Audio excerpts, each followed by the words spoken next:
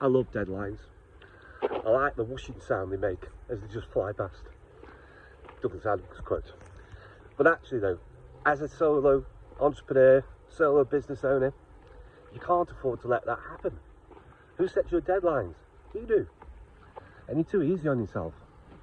That's why accountability comes in.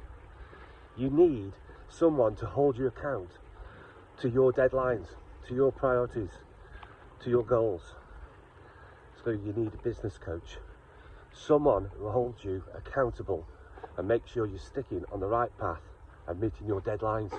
That person could be me.